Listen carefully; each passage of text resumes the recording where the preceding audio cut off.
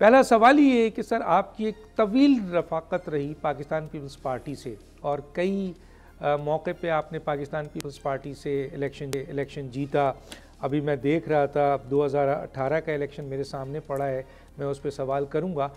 उसके बाद क्या ऐसा हो गया सर कि आपने पाकिस्तान पीपल्स पार्टी को खैरबाद कह दिया, हालांकि इस वक्त पाकिस्तान पीपल्स पार्टी दोबारा पंजाब में अपनी पोजीशन को बेहतर करने के लिए बिलावल साहब ने एंट्री दे दी है। जी क्या कहेंगे सर? डॉक्टर साहब, मैं इसका जवाब देने से पहले आपको मैं इस नए नेटवर्क पे आने पे मुबारकबाद भी दूंगा। शुक्रिया। और मेरी तमाम गुड विशेस आपके साथ हैं। आप एक हमारे एक बड़े नामवर और एक बड़े प्रोफेशनली हाईली एक जिनको कदर की निगाह से देखा जाता है, आप हमारे एंकर हैं। क्योंकि टाइम आपके पास ये लिमिटेड होता है तो मैं इसको मुख्तसरन जवाब देना चाहूँगा।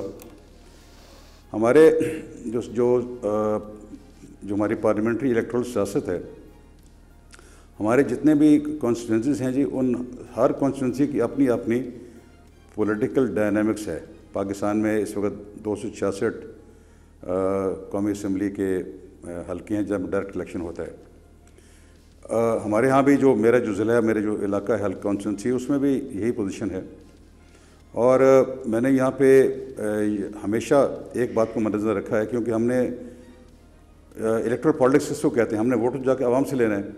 जो कॉन्स्टिट्यूंसी की आवाम है, उनकी जो आरा है, उनकी जो मंशा है और उनकी जो ख्वाहिशात हैं, उनको मद्देनज़र रखना इंतहाई ज़रूरी होता है। क्योंकि अल्टीमेटली जिसको कहते हैं ना, the buck stops at that point, वो वहीं उसी इलेक्टोरल अखाड़े में जाके ख़त्म होता है।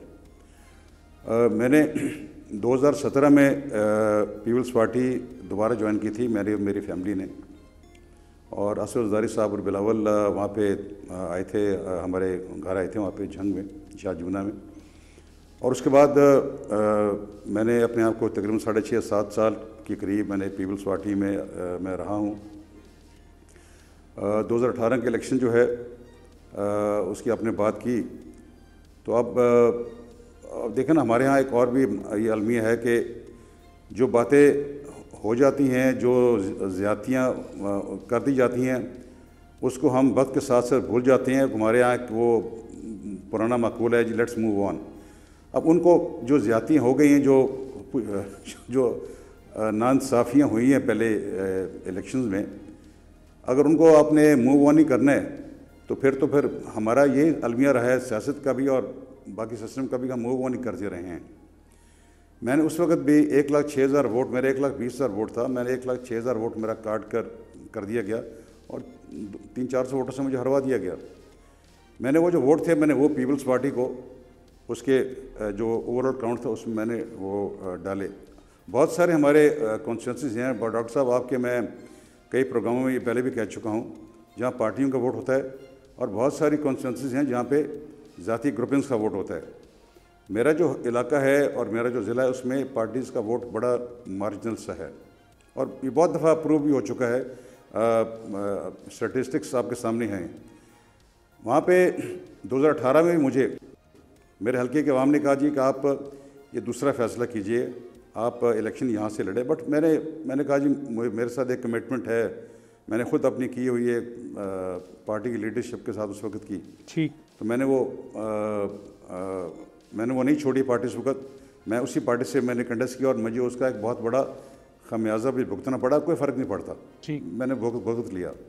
उसके बाद एक तवील अरसा गुजरा है, तो डॉक्टर साहब एक लंबी बहस हो जाएगी, लेकिन मैं अपने आप को पार्टी में अनफिट समझने लगा। अच्छा, क्योंकि दूसरा कि मैं चाहता था कि पार्टी चले। हम देखें, हम पंजाब में रहते हैं, मैं अगर सिंध में रहता तो हो सकता है मेरी सूरत हाल डिफरेंट होती है। मैं पंजाब में रहता हूँ, हमने पंजाब की सियासत करनी है, अपने ज़िलों में आके करना है। तो पंजाब में पीपल्स पार्टी की जो सूरत हाल है वो काबिल रश नहीं रही। मैं आपके माजी के प्रोग्रामों में कई दफ़ा कह चुका हूँ, और इससे ज़्यादा मैं और कुछ नहीं कहूँगा, क्योंकि मैं अभी भी अपनी पीपल्स पार्टी की उस क़यादत का ज़ाती तौर पर एहतराम करता हूँ।